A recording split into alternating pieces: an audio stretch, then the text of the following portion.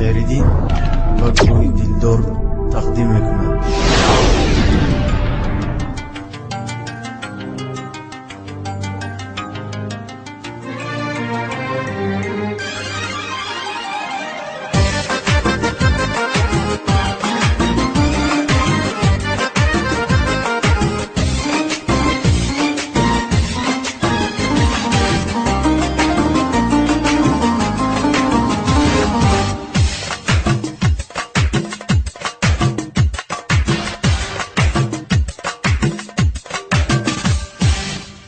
هرگاه به کسی تنها مانی، دفتر عشق ورق گردانی. هرگاه به کسی تنها مانی، دفتر عشق ورق گردانی. از میانی ورقی زرد شدم، نامه یابی و آن را خوانی. باز یک باری دیگر یادم کن، یادم کن.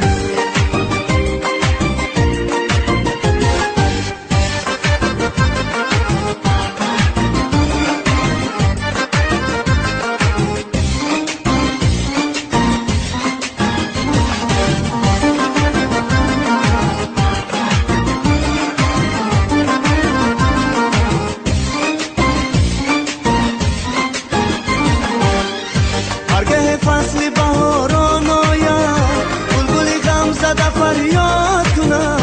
هرگاه فصل بهاران آید، بلبل غم زده فریاد کند.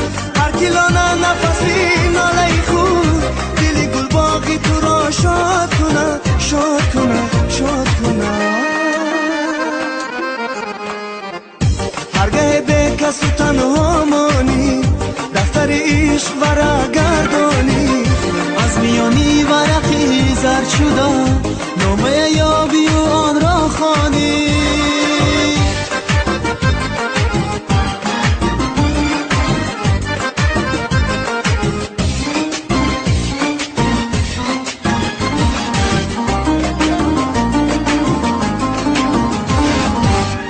زندگی جبر و جفاها دارد، ثبت تقدیر و تسلا دارد. زندگی جبر و جفاها دارد، ثبت تقدیر و تسلا دارد. هرگاه از گناهی کرده خود، چشم تو عشق علم میبارد، میبارد، میبارد. هرگاه به کسی تنها مانی، دفتر عشق ورق گردانی. هرگاه به کسی تنها